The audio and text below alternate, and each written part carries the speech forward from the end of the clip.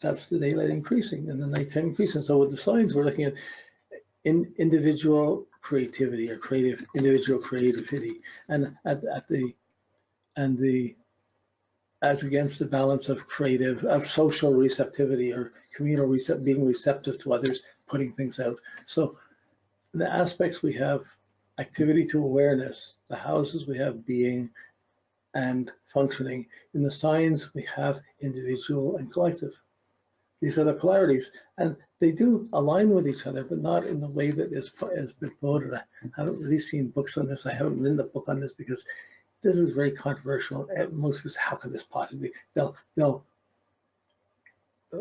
logic is clearly seeable there. You can see the light and the darkness moving. It's seeable. But if you see that, but if astrology is just a symbol and you just have numbers and association, it doesn't have to connect to nature. It's just something that happens and we can read into it. And you're used to doing it a certain way, you may not accept this.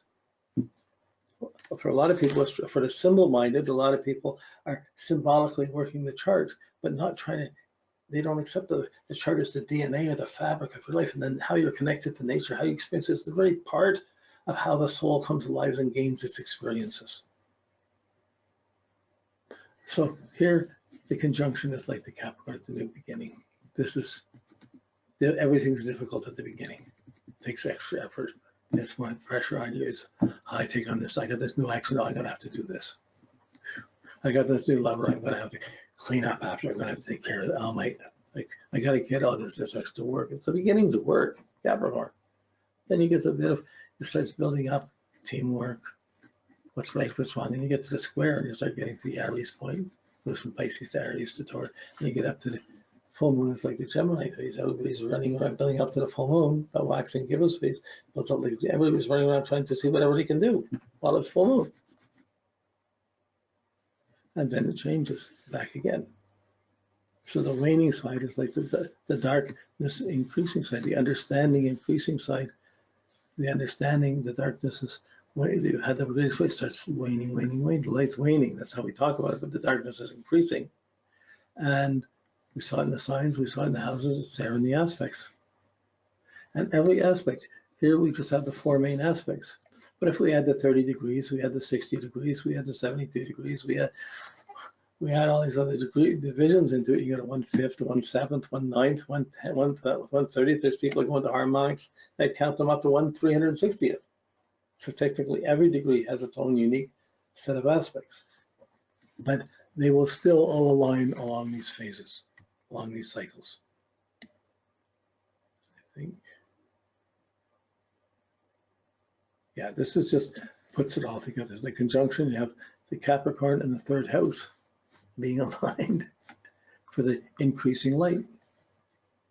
And this puts all three together if you want to compare them. It goes around like that in terms of which one relates to each other. So the squares ends up being like Aries, and it's been like the 12th house. But it's interesting, when they did the Gogolin research and they researched all the athletes, they found Mars in tremendous warriors and in athletes had their Mars in the 12th house. And they were doing champions. It wasn't undermined, it wasn't terrible. It was like the opposite of what was expected. And when I saw that, I said, for sure, it's the opposite. It's exactly how it's supposed to work. It's the impulse, it's the stress to be more active, the stress to put energy out. So there's this physical way of this 12th house, like fools rush in and Aries. Like so there's. I spent a lot of time thinking about this is a whole nother lecture. I'm not getting into this interrelation. I just want to show it to you so that these all actually are connected, and we're dealing a similar logic in how we're connected to light and dark. And how most of the decisions of what rules, what's important, what's not, is based on first light and dark of the planet, of the ruling planets, of the seasons of the light, of the day, of the phase, the hours of the day, the seasons of the year, the phases of the moon. That was the astrology, it was the astronomy, it was the agriculture, it was the science of thousands of years before modern science. This is good, just goes back to, yeah, this is we at the end, no, this is, two here, signs, aspects, and the I Ching trichome. So I'm not going into this here because we could talk about each of these trigrams as phases, and we'll come to this later. Yeah, this just puts them all together again with the winter solstice, and so this basically shows the ascendant, the MC, the descendant, the IC, and kind of a reverse order how we used to see in it. And then it has the seasons, and then the squares, the solstices, and the 4 solstices, and then the 4 main aspects. Okay, so this is my first. There's a few different things I have to show you in this class, but this is the first one. It really is.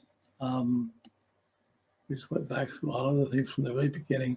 So all of these minor aspects, they're not on here. I didn't have the drawings. I don't use them that much. But when you get to the minor ones, they can be put in the same, but they're going to take their place along the phase that are there. So the phase is the prime effect. The other is more of a conceptual concept that it can be used this way or that way. And in progressions, this at times can become useful.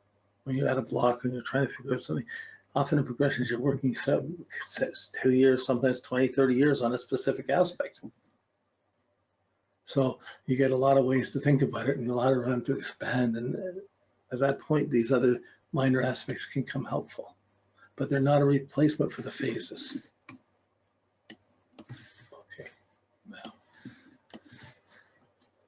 What am I got? I want to do something, but I don't think I'm going to do it. We have, there's now a new book or a new 8 Phases of the Moon that have been added to it. It's at its final stage right now. It's taking a lot of years to come. So I've added some things to it. So if you're on the forum, it'll have all this newer information, but as a booklet for yourself, you wouldn't have it. So there's a need to try and get it. You can, I guess I'll put it at the, if you're the student, you'll be able to mention it on the forum and we can arrange for you to get a copy, and that it can be purchased at the iastro.com. I know iastrostore.com, www.iastrostore.com. It'll be there. If you went to the RASA website, there's a place for the store so you can find it. But this is 2019, May 28th. So if you have it from before 2019, probably you're going to want to get this. You want to have this newer version because it includes some of the directions. It includes this line, includes the phase number.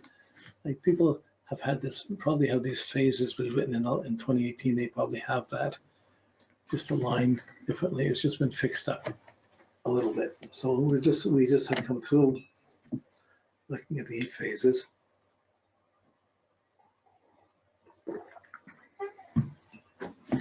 And really, if we went to the trigrams, each one is a family member, a nature symbol, and a quality. So at the conjunction, just that first phase, the waxing moon phase, would be the arousing force, shock, thunder, the beginning of something. Then it becomes lightning, the clinging fire. Lightning is the next one. Then it becomes the joyous lake after the square. Then it goes to the creative heavens, the bright creative heavens, and then it goes to the gentle penetration from the opposition of penetration of the gentle penetration. Then there's the abyss of too much discrimination or analysis. Then there's the keeping still mountain. The abyss was dangerous water, and the abyss, there's the keeping still mountain. Then there's the receptive earth. These are the phases that come in that relate to these moon phases, but it's a little work to the moon phases have been expressed really well. This is an add-on and access to another type of information. If you're not familiar with I Ching, this is going to be more obscure and take a while to get to know it. If you're familiar with it, it's still going to take a while to just work it and see the alignment. So this again just is our cycle, main cycle of the moon phases. I'm just going to keep going here. And yeah, so this is just some expressions. I'm not going to go through this whole thing. I was going to take each phase and read through the meanings of it, but 1, 2, 4. It's like 5 or 6 paragraphs. And in building this up, when I was writing, it took a long time to write these things, but eventually, in writing moon and seeing all the other moon phases, I all start to, this is the impulse, or this is the Aries part. This is I just got rid of that, and I did it from the light and the darkness, from the phases we just talked about, and put them in. So there's some concern. It shows the conjunction, the activity, opposition. It shows the individual creativity, the collective receptivity. It shows some of the subjective being and objective functioning. It shows those different sides are included, the interrelationships that are included in these moon phases. And then there's a list of, this is on the forum as well, but it's here in the book now, that lists 100 people that have, or 100 or so people that have the waning, waxing new moon phase. That is the waxing crescent moon phase, does the same thing. And there's another, it has all the people that are born under those phases. So it allows for a little bit more, makes it a bit more personal. You can check it. It's hard to go through all the numbers, but you might have a couple of people you know, and you say, oh, they have that. And then you go in, you look at their chart, you go find their chart, you go look at it, and you start to see, they got the same as that. And then you reflect on it. So better to work with 1 or 2 people that you know something about and you connect to it. But I found these, well, it's taken a long time to get the research and the database and the correspondence, to get all the correspondence. It's been really insightful for me going through this and putting in all the birth data. In my birth data collection, there's 1,000 people, or about 1,037 people. And I've included a lot of saints, a lot of astrologers, more than most databases that you would have. So they're all pretty much timed birth dates. There may be 30 charts that aren't timed, but that are noon charts without a time. But yeah, on the site you have the charts, you have the names of people, you can click on it, get to the charts of it. Even on YouTube, you can get to the charts of it. They're collected. They're in, not YouTube, in Pinterest. They're in Pinterest under RASA School of Astrology, one word. Okay, so this is showing all the different phases. I'm just showing each one goes through and what they look like. I'm not going to stay on this. I was going to read each one, but I don't want to spend all the time doing that. All the people. So now it's really, the booklets become doubled in size. It's 56 pages now, I think, rather than 16 or something. But astrology just keeps growing, you know, like it's before computers, compiling lists like this were really hard. And even compiling in that many dates, and that takes time. And well, anyways, it's here. There's this. So the moon phases, you have the booklet, or you can get it, and you want to work with, we've gone over it in the first level. You're working with the natal chart. You look at the moon phase, you look at the pattern type, then you start with the sun, moon, and you go through the steps of interpreting a chart. So the interpretation hasn't changed. That's still there, but the grouping and the organization and the naming of some of the waxing gibbous moon, and the so waxing is all on the waxing half, waning is all on the waning half. That naming structure is a little more different, a little different.